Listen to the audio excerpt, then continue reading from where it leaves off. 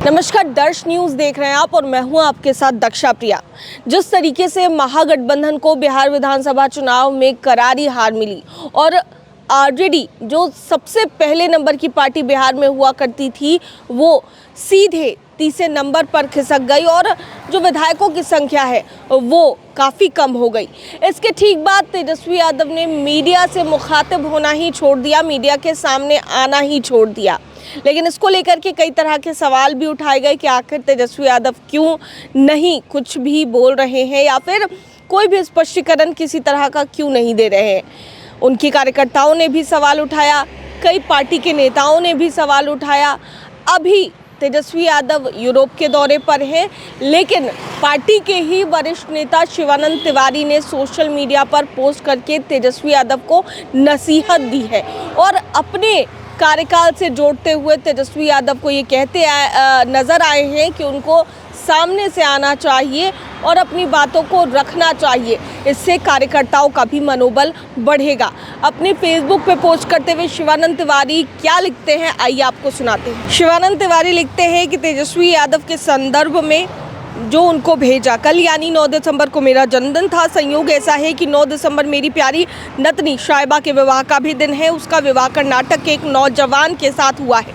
दोनों जर्मनी में एक साथ पढ़ते थे और वहीं दोस्ती हुई। लड़का जिस बिरादरी का है इसकी जानकारी मुझे आज तक नहीं है, क्योंकि लड़का इतना अच्छा और भला है कि इसके आगे कभी नज़र ही नहीं गई। वह विवाह जमशेदपुर में हुआ।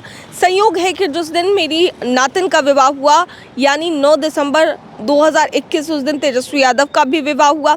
वह विवाह अंतर्धार्मिक था, लेकिन उस विवाह के विषय में इससे ज़्यादा मुझे कोई जानकारी नहीं थी। फ़ोन पर मैंने तेजस्वी को बधाई दी और उसे बताया कि नातिन के विवाह में हूँ।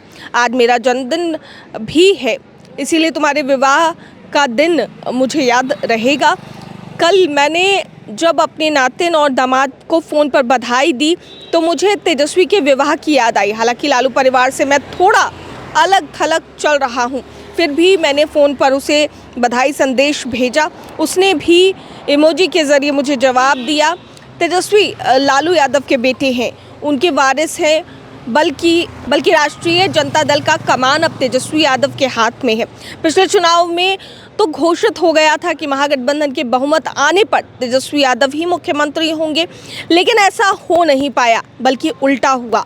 जय और पराजय तो किसी भी क्षेत्र में सहज और सामान्य नियम है, लेकिन सबसे महत्वपूर्ण सवाल ये है कि हम अपने जय या पराजय को किस रूप में लेते हैं। अगर विजयी पक्ष विजय के बाद अहंकार का प्रदर्शन करता है, पराजित पक्ष को नीचा दिखाने का प्रयास करता है, तो भविष्य में वह अपनी पराजय की गाथा लिख देता है। उसी प्रकार पराजित पक्ष के नेता की भूमिका विजयी पक्ष के नेता के मुकाबले ज़्यादा बड़ी हो जाती है, क्योंकि अपने सहयोगियों और समर्थकों के मनोबल को बनाए रखने की जवाबदेही उसको ही निभानी होती है।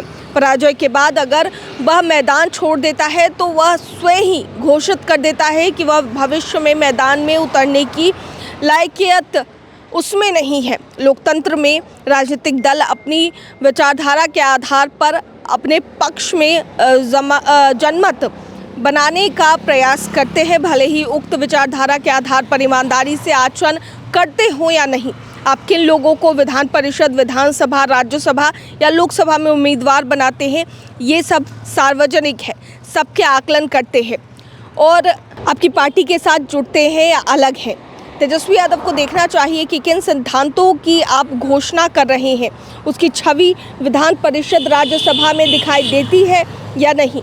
समाज का कमज़ोर तबका, चाहे वह हिंदू हो या मुसलमान, उसको वहाँ जगह मिल रही है या नहीं, उसको आप उनको यहाँ जगह दे रहे हैं या नहीं, आप उनके समर्थन की अपेक्षा कैसे कर सकते हैं। तेजस्वी को जब पार्टी का नया कमान मिला था उस समय मैंने उसको कहा था कि तुम्हारे पिताजी तुम्हारे लायक गुरु नहीं हो सकते, क्योंकि 90 में मंडल अभियान और आडवाणी की गिरफ्तारी के बाद न भूतो न भविष्यति जैसे जन समर्थन उनको मिला था। राजनीति में एक नायक जैसी छवि उनकी बन गई थी। मैंने स्वयं देश के कई इलाकों में उनके साथ में गया हूँ और इसको प्रत्यक्ष देखा है, लेकिन कितनी जल्दी सब कुछ बिखर गया। 90 के हीरो 2010 में 22 सीट पर सिमट गए, विरोधी दल की मान्यता भी नहीं मिली। तुमने तो थोड़ा बेहतर किया है, विपक्ष के मान्यता प्राप्त नेता हो। लेकिन नतीजा के बाद तुम गायब हो गए। तुम्हें तो अपने सहयोगियों के साथ बैठना था, पार्टी के निचले स्तर के साथियों के साथ बैठना था, उनको ढांढस देनी थी ताकि हार के बाद भी उनका मनोबल थोड़ा बहुत कायम रहे। लेकिन तुमने तो मैदान ही छोड़ दिया। समता पार्टी के गठन में मेरी किसी से कम भूमिका नहीं थी। पहले चुनाव में पार्टी महज 7 सीटों पर सिमट गई, लेकिन हमने मैदान नहीं छोड़ा। लेकिन तुम तो 2 दिन भी नहीं टिक पाए, अपने सहयोगियों और समर्थकों का मन छोटा कर दिया। वैसे आजकल राजद के राज्य कार्यालय में समीक्षा बैठक चल रही है।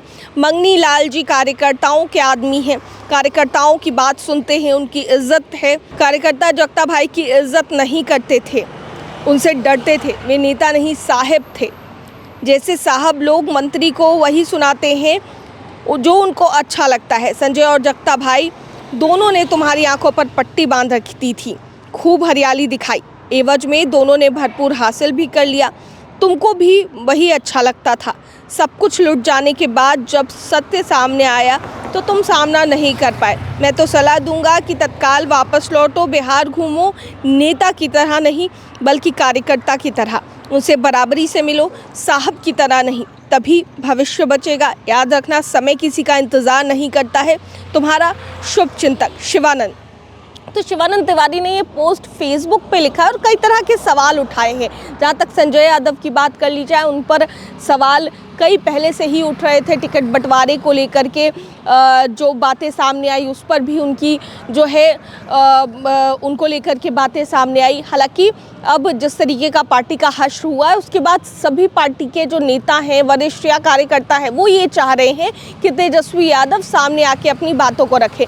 ऐसे में शिवानंद तिवारी ने लंबा चौड़ा पोस्ट करते हुए तेजस्वी यादव को बड़ी सलाह दी है। और अब आगे देखना होगा कि तेजस्वी यादव जब विदेश दौरे से लौटते हैं तो उनकी आगे की रणनीति क्या होती है, आगे किस तरीके से तेजस्वी यादव मैदान में उतरते हैं, मीडिया से मुखातिब होते हैं, तो क्या कहते हैं, इन तमाम चीज़ों पर नज़र रहेगी। कैमरा पर्सन बबलू के साथ मैं दक्षा प्रिया, दर्श न्यूज़ पटना।